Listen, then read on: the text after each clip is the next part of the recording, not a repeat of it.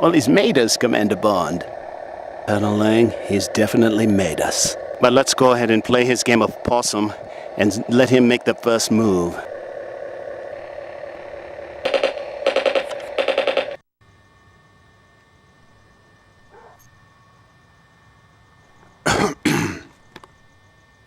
Hey, Doctor. Excuse me, Dr. Bombay. Yes, Commander Lee, what is it? Since you've been giving them the water, has it helped them any? Yes, Commander, it has, but it's going to take time. They're going to have to... We'll know more in the morning after they go through the night. But they're all starting to rest more comfortably now, so why don't you get some rest?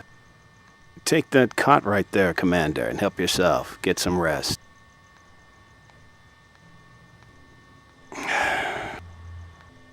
Rest? I don't need any rest.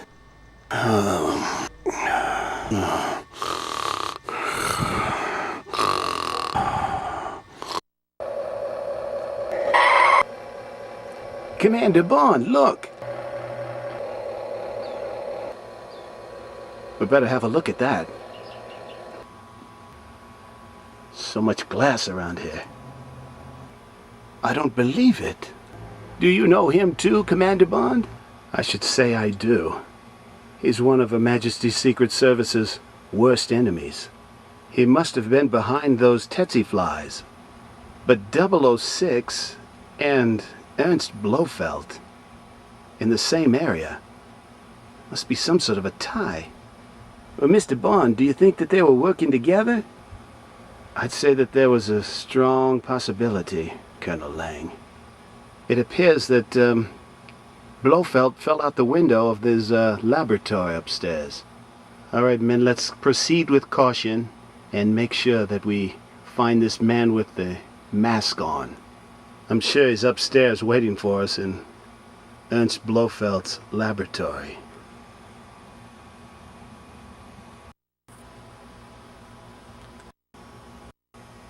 Very careful, Colonel Lang. That big monkey is here somewhere.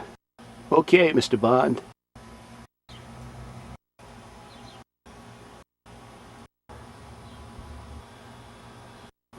He was working with some sort of a time machine. Mr. Bond, do you think that he was putting Hitler in that time machine? It's possible, Colonel Lang.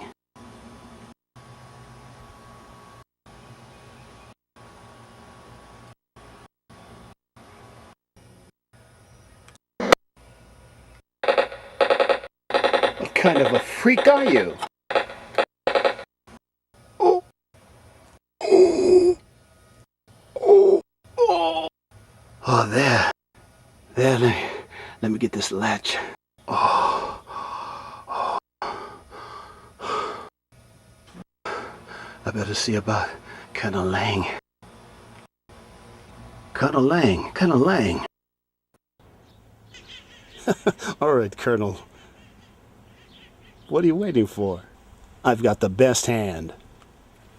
All right, Hank, so you have the best hand the first time out of 1,000.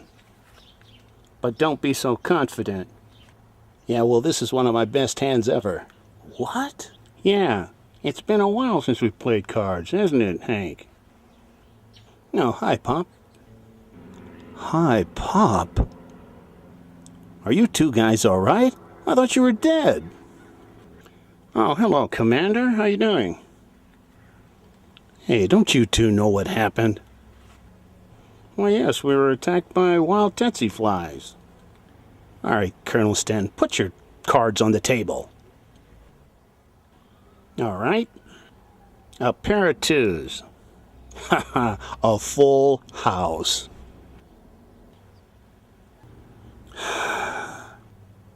I don't believe you two. You and all the other troops almost died, and all you can think of is a card game. Well, what do you think got into him, Hank? Oh, I don't know. Hey, is there any more of that distilled water? Lang's here, Major Chang. Oh, I see. Colonel Lang. Colonel Lang. What is it? Oh, hello, Mr. Bond. Well, at least he remembers me. Do you also remember Mr. Chang here? Well, of course, Mr. Bond. Hello, Mr. Chang. Hello, Colonel Lang. We were all worried about you. Yes, when that big creature hit you, I thought you were dead. No, Mr. Bond, I just have a headache. Well, if you could see your helmet, you'd think you'd have a bigger headache than that. Colonel Lang, we're off to the Chief Executive's hall. You rest up now, okay?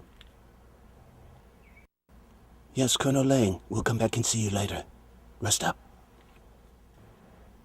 Okay, men.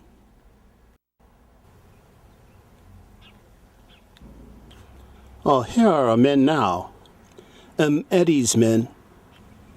All right, I am James Madison. To my right is Franklin D. Roosevelt. And to my left is Harry S. Truman. All right, Commander Lee, will you continue with the introductions? Yes, Mr. Chief Executives. I am Commander Lee. To my left, Commander Chang. And to my right, Commander Bond. Thank you, Commander Lee. Now, if you could possibly give us a update on what's going on down on the southern base with the men who have been bit by the tsetse flies, sir? Yes, sir. Sirs, I was given an antidote which the Time Doctor came up with, and had to fight the tsetse flies to get down to the southern base.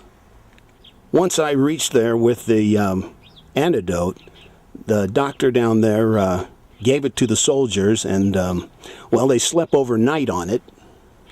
Right now, sir, everyone is improving. And before I left this morning, the doctor there said that the troops will be free to leave sometime tomorrow morning. Well, Commander Lee, that's very good news. We may be back up to 100% with the men here soon. Commander Lee, excuse me, President Madison, can you give us a update on this man that Churchill and Mr. Bond here were chasing, this Blofeld? What was the final verdict on him, and what was he doing down there at that location where he was?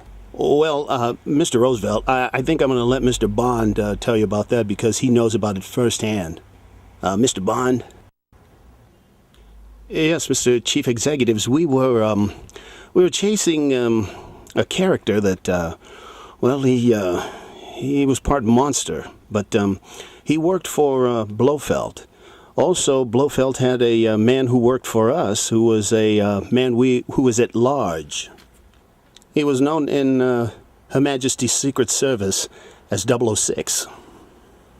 He was working with Blofeld and this monster and maybe some others who were trying to take over the base. That's where those tsetse flies were coming from, sir. Blofeld was trying to put something in a time machine and trying to turn it into something, and apparently it didn't work. What ended up happening was that broke out and knocked him and threw him out of his second floor window, and he died, sir. Well, now, Mr. Bond, do we know who he was working for and what he was doing, and whatever that was that broke out, where did it go? Well, President Truman, we followed the trail of whatever that was. It was definitely some sort of a werewolf of some sort. Excuse me, Mr. Bond, did you just say something about a werewolf, sir? Yes, President Madison, it was, it looked like a werewolf, the footprints. We checked it out. So, from your tracking men, in the word that you got from the Time Doctor, this was not a man, but this was some sort of a werewolf. You're sure about that? Yes, Mr. Chief Executives, we're quite sure that that's exactly what it was. It was not a man. So, gentlemen, where do we stand now as far as all of these men who are causing all these troubles? Where are they, and where are we now with this? Excuse me, Mr. Chief Executives, if I may get back in here a moment. This Blofeld fella and the guy who was working with him, who was with Bond, this 006, they're both with the Time Doctor. He's trying to do anything he can with them to find out what was on their mind by downloading their imagination and being able to see what they were doing. Mr. Bond and Colonel Lang battled with some sort of a monster he was talking about. Mr. Bond knocked him into the time machine that was there, and, well, he escaped. You're saying that creature I fought escaped? Yes, Mr. Bond, when the soldiers went inside of Blofeld's laboratory, that creature broke out of that time machine, and he's at large. So, what you're telling us, Commander, is we have some sort of a werewolf at large. Is that about it? Yes, sir. I'm sorry to report that's the case.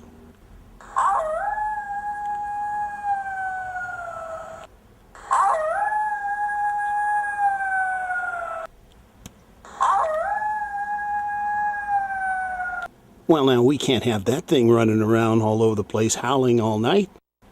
Yes, you're absolutely right, President Truman. We've got to do something. We've got to do something soon. Commander Chang. Yes, Mr. Chief Executive. Mr. Chang, we're going to need a unit to get out there before dark and make sure that they go after this wolf. It needs to be immediately, Mr. Chang. Yes, Mr. Chief Executive. I will get on it right away. All right, men. When Colonel Stanton gets in, have him come in with us in the morning. We'll speak more with him about it, but as for now, good work, and thank you very much. You're dismissed. Oh, was there anything further, FDR? Yes, President Madison, there was one thing further. Mr. Bond, are you sure that there was no sign of any man there that was put into the time machine? No, sir. There's no sign of anything but a werewolf, sir. That's all from me, President Madison. President Truman, anything further? No, President Madison, nothing further. All right then, gentlemen, you're dismissed. Thank you, Mr. Chief Executives.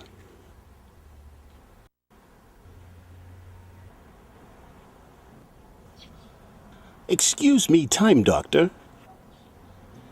Oh, hello, Mr. Chief Executives. Time Doctor, we feel we need more information about this werewolf character that Blofeld had that he was taking out of the time machine. Of course, Mr. Chief Executive. What else did you need? Well, Time Doctor, straight to the point. Was that Adolf Hitler in that time machine there? Well, Teddy Roosevelt, I'm not sure. I mean, I don't believe it was him. I believe that it was a werewolf because that's what it appeared to be.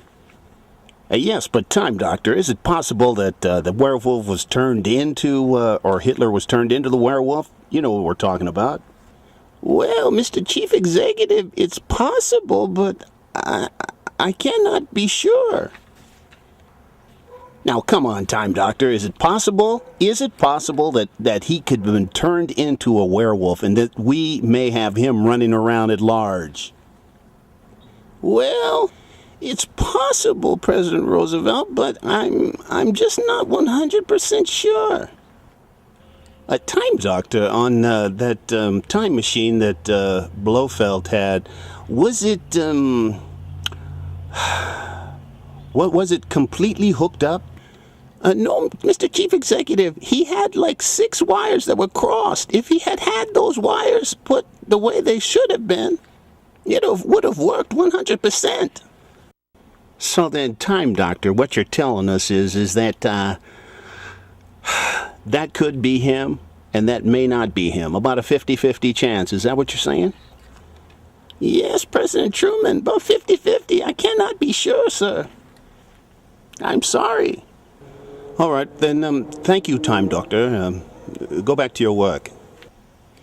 Well, Mr. Chief Executives, I don't think we're going to ever know for sure unless something happens down the road. Well, Franklin, we've got men out searching all over. We're going to catch him eventually, but, well, I don't know what we're going to do until then. Yes, President Eisenhower, I guess we're just going to have to play it by ear.